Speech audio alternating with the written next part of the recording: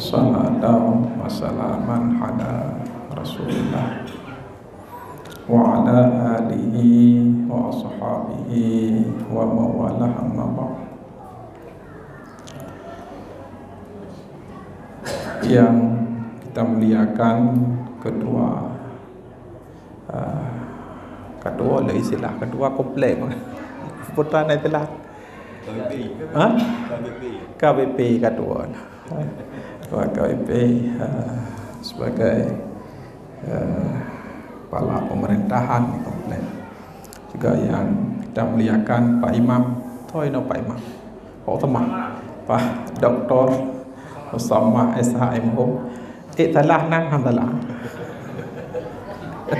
Yang kami muliakan seluruh orang tua kami, abu-abu, umi-umi, hadirin sidang jamaah salat Isya dan tarawih yang dirahmati Allah. Dalam kesempatan yang sangat singkat ini ada beberapa hal yang perlu kita sampaikan. Yang pertama, yang inti poin yang kita sampaikan, jangan membenarkan yang biasa, tapi coba biasakan yang benar. Itu intinya. Jangan membenarkan yang biasa, tapi coba biasakan yang benar. Ini kita ambil kasus dalam salat, tidak keluar dari salat. Coba kita amati di beberapa tempat menasah masjid dan musalla. Coba kita lihat orang mengangkat tangan dalam salat. Sebenarnya di mana saja tempat mengangkat tangan, jangan asal angkat. Ini dari dulu kita angkat terus ini. Setiap bangun rakaat angkat. Mau turun dari i'tidal kepada sujud juga angkat. Asal angkat itu. Padahal itu hal yang ringan itu. Hal yang ringan, hal yang sepele. Dan itu bukan rukun salat, tapi salah terus menerus kita lakukan. Sebenarnya yang menjadi pertanyaan, di mana saja kita disunatkan mengangkat dua telapak tangan? Apakah setiap bangkit dari sujud menuju pada rakaat selanjutnya kita angkat tangan? Atau setiap gerakan berpindah dari satu rukun ke rukun selanjutnya kita angkat tangan? Ini harus kita evaluasi kembali. Kalau tidak, kita lihat di lapangan sangat amburadul itu. Orang sudah salat dari kecil terus meranjak dewasa sampai udah tua, ternyata apa yang dilakukan itu tidak sesuai dengan teori. Tidak sesuai dengan teori, angkat asal angkat. Sebenarnya kita kembali dalam teori. Yang pertama, sunat mengangkat dua telapak tangan ketika takbiratul ihram. Ini yang pertama. Ketika takbiratul ihram. Ini yang pertama. Baik saya kabudah berjarau, saya kabudah berjarau. Ini yang pertama. Yang kedua, kita disunatkan mengangkat dua telapak tangan ketika turun untuk rukuk. Gini, Allah angkat. Ketika mau turun untuk ruku, angkat, sudah dua. Yang ketiga, sunat mengangkat dua telapak tangan itu ketika bangkit dari ruku. Sami Allahu liman. Sudah tiga. Sudah tiga. Yang keempat, kita disunatkan mengangkat dua telapak tangan ketika bangkit dari tasyahud awal untuk berdiri kepada rakaat yang ketiga. Selain daripada yang telah kita sebutkan, apakah ada tempat lain untuk mengangkat dua tangan? Si punyum-punyum, nalain, patlau. Nalam apa sama? Kerja ke orang setiap bedah daripada rakaat angkat tangan. Sujud bangkit, Allah. Terbaik imam lagi. Bedah, bangkit, Allah. Setiap bangkit dari sujud menuju rakaat selanjutnya di tempat berdiri selalu angkat tangan. Mengangkat tangan bukan pada tempatnya hukumnya makruh, tidak ada perintah itu. Anak miat menani pelaku, anak muda menani pelaku, gedenya Tuhan menani pelaku.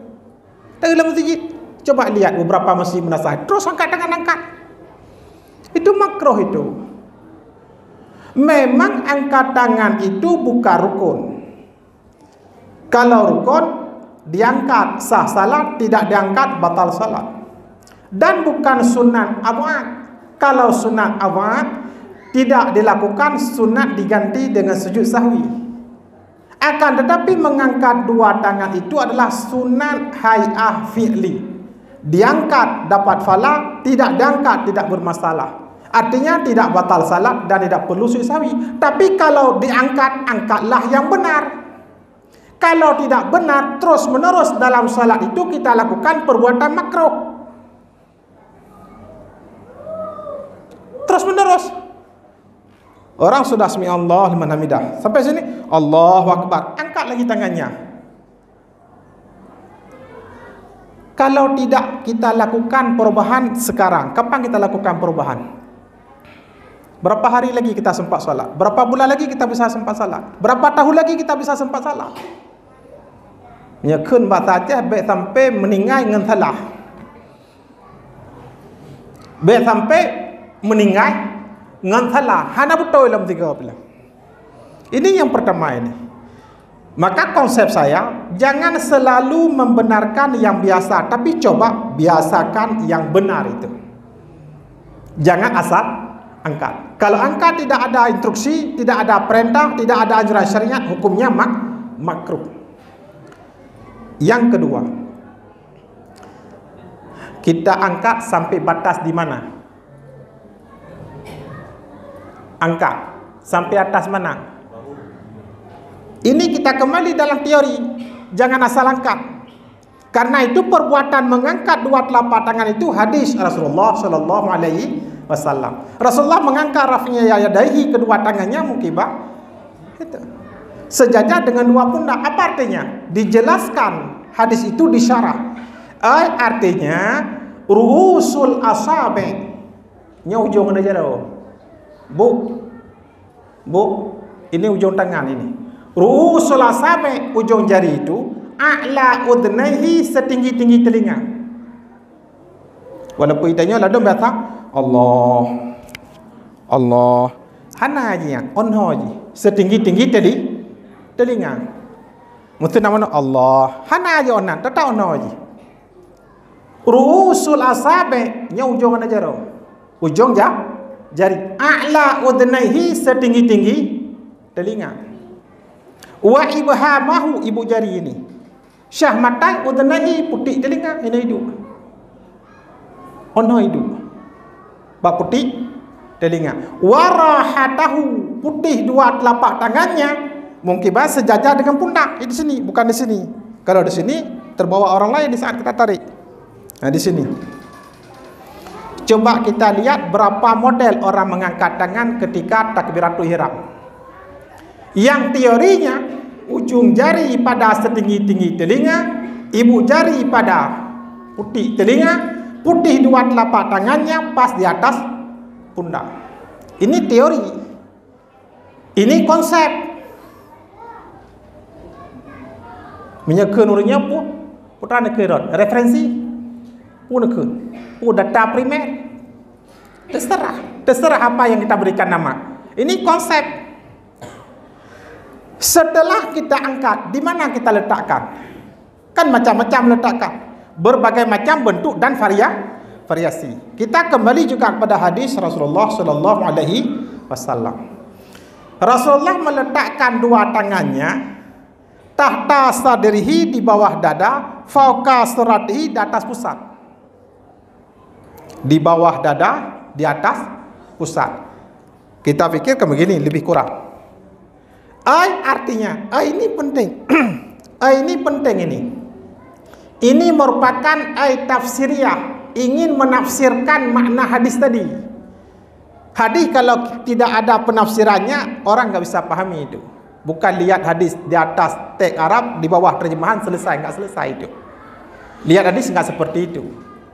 Ada terjemahannya. Artinya ila jihati yasarihi, agak sedikit ke arah kiri. Nah begini. Kayaknya mana apa utama? Artinya ila jihati yasarihi, agak sedikit ke arah kiri. Kenapa alasan agak sedikit ke arah kiri? Kan harus rasional juga itu. Jangan asal ke arah kiri. Li'annal qalba fiha. Karena sungguh hati manusia fiha, padanya arah kiri, bukan di sini. Hati manusia, bukan di sini hati manusia, bukan di sini, bukan di sini, ke sini. Ke arah kiri. Kenapa kita harus meletakkan di atas hatinya? Kalbon di sini. Karena hati manusia asyraf a'da, semulia-mulia anggota tubuh adalah hati. Tidak mulia tangan. Kaki tidak mulia, kepala tidak mulia. Yang paling mulia adalah hati. Kenapa hati yang paling mulia? Al-qalbu, hati ini huwa yaqudul iman. Dia yang memelihara iman, dia yang menjaga iman. Selamat iman meninggal, syurga. Lepas iman saya meninggal, neraka. Ini alasannya. Makanya tidak ditaruh di sini. Ini kotoran ini, WC ini. Ini bukan semulia-mulia anggota tubuh. Di sinilah kumpulan semua kotoran di sini. Apalagi di sini lebih parah lagi. Makanya di sini. Tapi orang taruh kan macam-macam. Ada yang begini salah. Kan asal, jangan asal. Kalau memang kita ingin taruh tangan, taruhlah sesuai dengan instruksi dan perintah, mendapatkan pahala. Tidak sesuai makruh.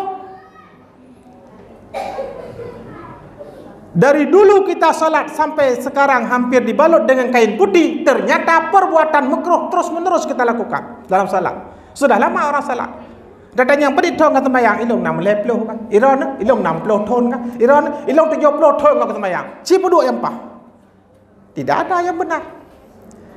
Apakah ini perlu kita biarkan? Enggak bisa. Hidup ini punya format. Hidup ini ada teori. Hidup ini ada grand konsep itu. Artinya apa? Sebuah ibadah itu ada kifayatul amal, tata cara beramal. Beramal sesuai dengan tata caranya dapat pahala. Beramal tidak sesuai dengan tata cara tidak dapat pahala. Apa kata Syekh Dimyati itu? La tasihul ibadah bidunil ilmi. Tidak sah ibadah tanpa ilmu, tidak sah itu. Tidak sah ibadah tanpa ilmu itu. Tidak sah itu. Kalau kata Syekh Muhammad Ruslan, wa kullu man bighairi ilmin ya'malu a'maluhu mardudatun la tuqbalu. Tiap-tiap orang yang beramal tanpa ilmunya, a'maluhu, amalnya mardud, tertolak, la tuqbalu, tidak diterima. Diterima itu. Maka ilmu itu lebih besar daripada ibadah yang lain. Kenapa? Karena al-ilmu mukhul ibadah. Ilmu itu otaknya ibadah. Otak ibadah itu ilmu. Tanpa ilmu semua ibadah sirna, selesai. Semua ibadah gagal. Semua ibadah tidak berhasil. Semua ibadah tidak ada pahala. Semua ibadah tidak dibalas dengan syurga. Kenapa? Sia-sia. Maka al-ilmu mukhul ibadah. Ilmu itu otaknya ibadah. Dalam teori yang lain, fa innal istighala bil ilmi afdalun min afdalit ta'at. Berbimbang dengan ilmu itulah seafdal ta'at. Sebaik-baik ta'at adalah mengkaji ilmu. Kenapa demikian? Ini seperti ini. Nyo jino soraya fahala takaji ilmu jino ngasmian traweh tadi. Sorry. Baik salah. Apakah lebih besar pahala tarawih yang nanti kita kerjakan 8 rakaat atau 20? Tidak, lebih besar ini. Kenapa? Hadis Rasulullah sallallahu alaihi wasallam. Barang siapa yang hadir dalam majlis ilmu seperti ini, kita kaji walau sesaat, sama seperti salat 1000 rakaat. Sama seperti dia telah mengunjungi 1000 orang sakit. Sama seperti dia telah takziah 1000 jenazah mayat. orang meninggal. Salat tarawih, taruhlah umpamanya 20. Umpamanya, ini umpamanya. 10 malam berapa rakaat? 200. 20 malam salat tarawih berapa rakaat? 400. 30 malam salat tarawih berapa rakaat? 600. Hadir dalam majelis ilmu seperti ini walau sesaat, dari tidak paham sehingga paham, tidak tahu sehingga tahu, sama seperti salat 1000 rakaat. Salat tarawih sudah 1 bulan, apakah sudah sampai 1000 rakaat? Masih 600. Sesaat kita kaji ilmu, salat sama seperti salat sunat 1000 rakaat. Jangan main-main itu. Kenapa? Dengan ilmu sah ibadah. Kita kembali kepada salat. Ini yang pertama. Bukan hanya ketika takbiratul ihram saja yang kita angkat tangannya batas gini. Kita balik daripada sami Allahu liman hamidah, segini juga tangannya. Bukan sami Allahu liman hamidah. Enggak. Tasmi Allah liman hamidah. Salah. Telapak tangan menghadap kiblat begini. Bukan sami Allah liman hamidah. Bukan itu. Walaupun kita lihat di mana-mana menasah masjid di musalla orang sami Allah liman hamidah bangun. Sami Allah liman hamidah. Bukan itu. Tetap telapak tangan menghadap kiblat. Batasnya begini. Sami Allahu liman hamidah. Setiap gerakan tangan ke sini ukurannya. Ini ke sinilah. Kembali ke sini. Di sinilah tempatnya. Apakah takbiratul ihram, apakah bangkit daripada ruku, apalagi, atau mau turun kepada ruku, atau bangkit daripada tasyahud untuk berdiri rakaat ketiga, tetap di sini. Terminalnya di sini. Tidak ada terminal yang di sini. Coba kita lihat, Bismillahirrahmanirrahim liman hamidah. Terminalnya di sini. Siapa yang perintah itu? Mana teorinya? Mana konsepnya itu? Bukankah sebuah kebodohan yang kita lakukan terus-menerus itu? Bukankah yang kita praktekkan tidak sesuai dengan teori? Ibadah kita tidak sesuai dengan teori. Ini yang pertama. Apakah itu enggak perlu kita lakukan perubahan? Kita bertahan dengan kesalahan? Tidak bisa itu. Tidak bisa bertahan dengan kesalahan. Dulu boleh kita bilang itu karena tidak ada pengajian di mana-mana. Sekarang pengajian pada maghrib lu semua itu hampir semua menasah masjid. Pengajian pada maghrib lu semua mengaji itu. Enggak ada yang enggak mengaji itu. Kalau enggak tiap malam ada yang minimal seminggu sekali ada itu. Kecuali kita tinggal di hutan belantara, tidak datang orang yang bawa ilmu ke sana. Itu lain itu persoalannya. Kalau sekarang enggak bisa. Ini pertama. Yang kedua. Sikit lagi Pak Usama. Sikit lagi. Supaya mana baik nak batuk dengan perhaban dengan perhaban batuk geraham nyen nak payah alih sebab kan najim. Jamun tak batuk tak geraham urang khatib han najim. Khatib penceramah han gemejum. Nyo beraya tak mejum. Na betre dong. Han payah batuk je. Han payah ha. Nyen thon 70 baru je. Malah kita pedek jino thon 2022 nyo tingkat milenial ikun. Kalau telefon peluk susu, halo deh peluk susu tak aja mun. Nyo kan peluk susu, plak nak dengar ke Amerika ya. Baik tengah gap ceramah. Nya menyonat TBT tiba luai ke deh. Corona. Tengah huruf ceramah, tengah batu. Naji abi gap me udah jiu. Cakap apa teman nak jiu dia. Nya na udah dah tukang jiu dron. Bantap lo mentang kita mahayu ni. Hai yang 2000 kan nak urang yu ni. Nah balik batat. Yang kedua, penting ini. Ada berapa macam duduk dalam salat? Dalam teori. Kalau kita kembali kepada teori, hanya 2 macam bentuk format duduk dalam salat. Tapi kalau kita lihat di lapangan, enggak bisa kita hitung jumlahnya. Format bentuk duduk dalam salat hanya 2 macam, tidak lebih. Yang pertama iftirash. Yang kedua tawarruk. Duduk dalam salat yang pertama iftirash, yang kedua tawarruk. Apa arti iftirash? Duduk iftirash itu duduk di atas mata kaki sebelah kiri. Pantatnya di atas mata kaki sebelah kiri. Telapak kaki yang kanan ditegakkan begini. Perut jari-jari kaki kanan kena bumi. Ujung daripada jari kaki kanan menghadap kiblat. Yang kemudian tu menyata praktek. Yang kemudian tu pantat di atas mata kaki sebelah kiri. Telapak kaki kanan kita tegakkan, perutnya kena bumi, ujungnya menghadap kiblat. Ini duduk iftirash namanya. Ada berapa tempat duduk iftirash? Yang pertama pada tasyahud awal.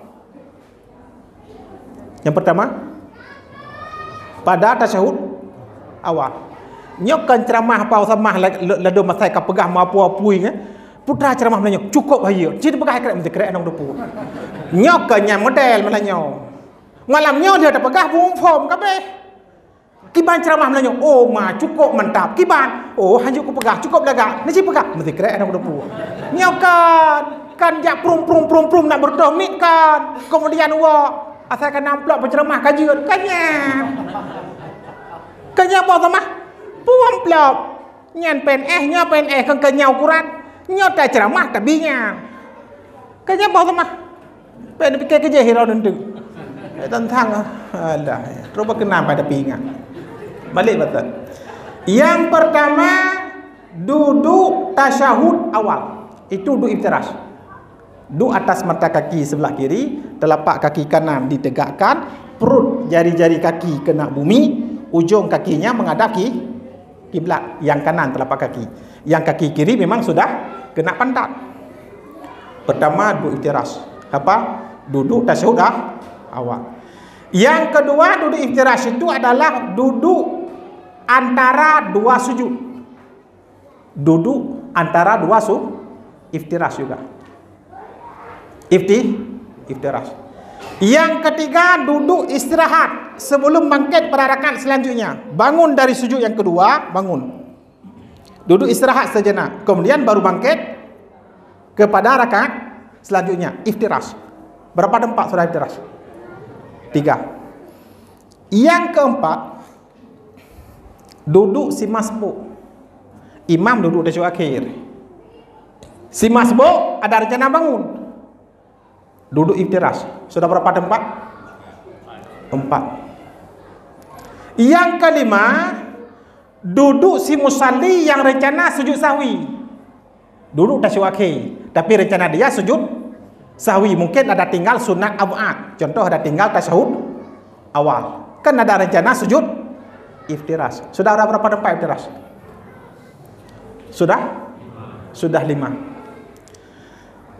Sudah 5 tempat. Maka dalam salat 99% itu duduk iftirash. Tasyahud awal iftirash, duduk antara dua sujud iftirash, duduk istirahat iftirash, duduk kita rencana mau sujud sahwi iftirash, duduk kita masbuk imam sudah salam kita bangun lagi juga iftirash. 99% duduk iftirash. Baik saya kata dua ibunya kan dua pajak khauri nya. Semayangnya kan dua pajak kanduri ini. Ada tata caranya. Itu duduk semuanya duduk iftirash. Di mana juga kita pertempatkan duduk tawaruk. Duduk tawaruk duduk bagi si musalli yang melakukan tasyahud akhir dan langsung salam. Tidak ada rencana sujud sahwi dan dia bukan masbuk harus bangkit lagi, tidak. Dia setelah baca tasyahud innaka hamidum majid atau baca Allahumma inni a'udzubika atau Allahumma firli ma qadamtu atau Allahumma inni zalam, kemudian salam dia. Disitulah duduk tasyahud akhir yang duduknya bentuk tawaruk. Bagaimana duduk tawaruk? Duduk tawaruk pantatnya di atas sajadah, di atas lantai. Kaki kiri dimasukkan di bawah tulang gasi yang kaki unung. Telapak kaki kanan ditegakkan begini. Perut anak kaki kanan kena bumi, ujung kakinya menghadap kiblat. Nya duduk tawaruk. Nya menunduk tawaruk. Artinya duduk tasyahud akhir yang langsung rencana salam. Ya, pantat di atas lantai, ujung kaki kiri di bawah tulang gasi. Tapak ini ditegakkan, perut kaki, jari-jari kena bumi, ujungnya menghadap kiblat. Itu tawaruk. Okey. Berarti ada berapa macam model duduk dalam salat? 2. Sekarang saya buat contoh yang tidak ada dalam teori. Artinya bukan iftirash, bukan tawarruk. Orang duduk antara 2 sujud begini contoh. Ini duduk apa namanya? Cibak sama nebonan ni ron. Dia nebonan dia cuba hadiah balung pak. Nebonan nya pudu iftirash apakah tawarruk? Di luar teori kan? Di luar teori. Bukankah ini sebuah kebiasaan yang sudah turun temurun dari kecil kita sampai kita hampir dibalut dengan kain putih? Bukan. Ini merupakan duduk yang tidak di luar teori. Kemudian duduk begini. Ini apakah tawarruk atau iftirash? Tawarruk atau iftirash? Bukan tawarruk, bukan iftirash. Kemudian duduk begini. Tawarruk atau iftirash? Bukan tawarruk, bukan iftirash. Karena tawarruk sudah diberikan definisi tadi, duduk di atas lantai, kaki kiri dimasukkan di bawah tulang kaki kanan, telapak kaki kanan ditegakkan. Iftirash tadi duduk begini. Tapi kalau begini tidak ada dalam teori. Duduk begini bukan tawarruk, bukan iftirash. Duduk begini bukan tawarruk, bukan iftirash. Apakah tidak ada yang praktek seperti ini? Hampir semua menasah, semua masjid kita temukan si musalli salatnya seperti itu. Di mana teorinya? Enggak ada teorinya. Kenapa mereka melakukan itu? Itulah membawa sebuah kebiasaan dari kecil sampai tua dia buat terus. Bukan hasil kajian teori itu. Maka teori saya jangan benarkan yang biasa, tapi coba biasakan yang benar. Walaupun duduk itu sunat, tapi kalau ingin kita lakukan, lakukanlah yang benar. Anak-anak kecil itu dikopi. Itu ayah kayak gitu duduk, kakak kayak gitu duduk. Itu warisan yang salah yang kita tinggalkan kepada generasi kita. Meninggal kita terus mereka pertahankan kesalahan terus menerus. Kalau kita tidak mau robah, siapa yang merubah? Apakah itu nggak perlu kita robah? Harus kita robah. Kalau tidak berarti kita telah warisi sesuatu yang salah kepada mereka. Terus diamalkan. Apa yang terjadi? Ternyata agama ini salah gara-gara orang tua, salah gara-gara kakek, gara-gara nenek. Terus kepada cucu-cucunya, terus mempertahankan kesalahan turun menurun. Maka yang biasa itu belum tentu benar. Maka jangan membenarkan yang biasa, tapi coba biasakan yang benar. Kapau teman. Assalamualaikum warahmatullahi wabarakatuh. Daripada gerhem betul.